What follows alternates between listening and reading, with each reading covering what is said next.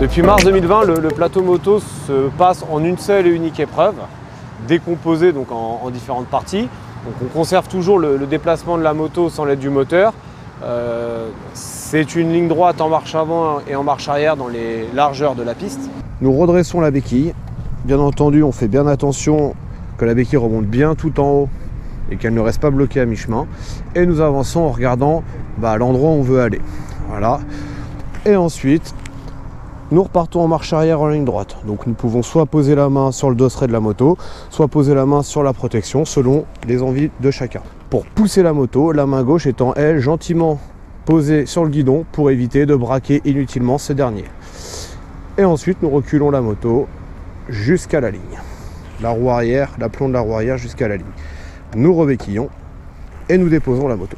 Suite à ça, il y a une partie déplacement, maîtrise de la moto à allure lente, ce qu'on appelle communément le lent, où un chrono de 16 secondes minimum est demandé.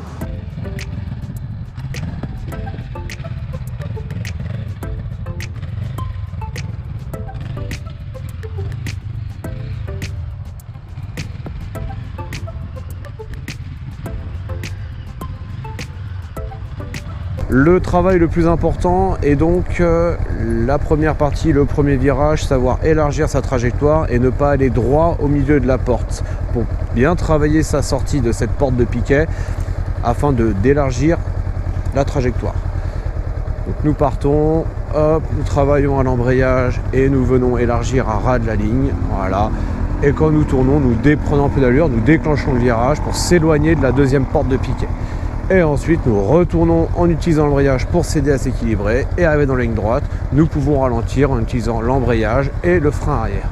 Le regard bien entendu est très loin en bout de piste pour garder un maximum d'équilibre et ensuite nous pouvons repartir.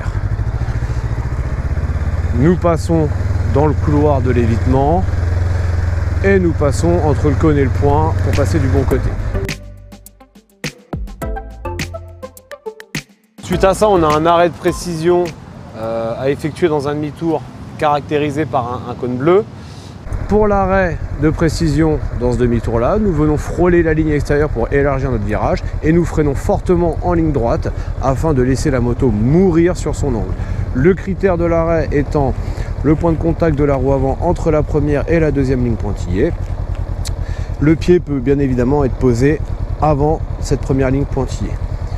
Afin de pouvoir tourner le plus serré possible, nous posons obligatoirement le pied intérieur au sol, donc dans un virage droite, le pied droit, et le regard va se porter sur le cône pour laisser, entre guillemets, tomber la moto vers ce cône-là. Notre pied peut être posé plusieurs fois avant la troisième ligne pointillée.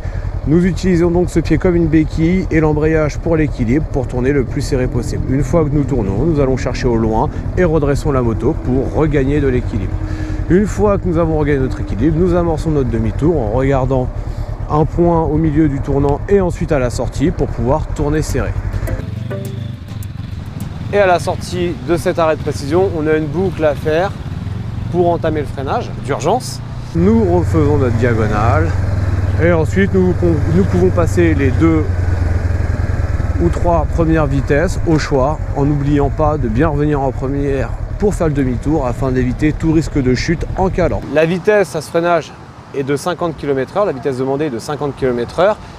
Et à contrario donc, de l'ancien plateau moto où on avait une tolérance de 5 km/h, aujourd'hui il n'y a plus aucune tolérance. Donc c'est 50 km/h radar minimum qui est demandé et aucun décollement des roues. Nous faisons notre demi-tour, nous nous relançons franchement en première, nous poussons la deuxième jusqu'à 50 et nous stabilisons l'allure rapidement en troisième. Arrivé à la ligne, je me redresse et j'attaque fortement le frein avant et légèrement le frein arrière. D'abord une lichette de frein arrière, ensuite un gros frein avant afin d'avoir un freinage puissant et dégressif. Suite à ça, on a la montée du passager, donc qui vient directement sur la moto à l'endroit où on s'est arrêté.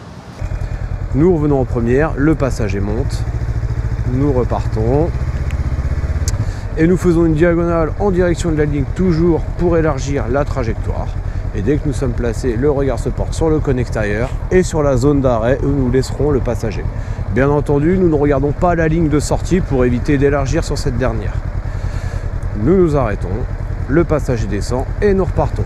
Et ensuite, on entame le slalom donc 40 km/h au troisième cône, enfin, donc à la ligne C7 comme précédemment, mais à l'instar du freinage d'urgence, il n'y a plus aujourd'hui de marge d'erreur, c'est 40 minimum. Pour justement faire le slalom dans les meilleures conditions, il faut venir élargir la trajectoire par rapport au cône, donc venir coller la ligne et ne pas arriver trop vite dans le premier cône pour établir sa trajectoire. Donc l'idéal étant d'arriver à 30 km/h au premier cône et de monter 35, 40, 42 jusqu'au troisième afin d'être à la bonne allure. Donc la troisième vitesse doit être passée avant le premier cône du slalom. On envoie tout en gardant des gaz de manière progressive. Arrivé au troisième, on coupe, on freine légèrement de l'arrière, on allonge le freinage pour éviter d'arriver trop vite dans le demi-tour. Là, nous sommes d'une allure réduite, nous pouvons gérer notre demi-tour en regardant le cône et la sortie. Ensuite, après le demi-tour en bout de piste, nous entamons l'évitement. Et l'évitement est resté identique à avant, à savoir une allure de 50 km/h demandée à la ligne C6, mais cette fois avec une marge, avec une tolérance de 5 km/h et un arrêt dans une zone désignée par 4 cônes bleus. Voilà. Évitement, on pousse première, deuxième, troisième, on stabilise à 50, trajectoire extérieure, on coupe les gaz, point de sortie, frein arrière, frein avant, on débraye, on s'arrête en 3, fin de l'épreuve.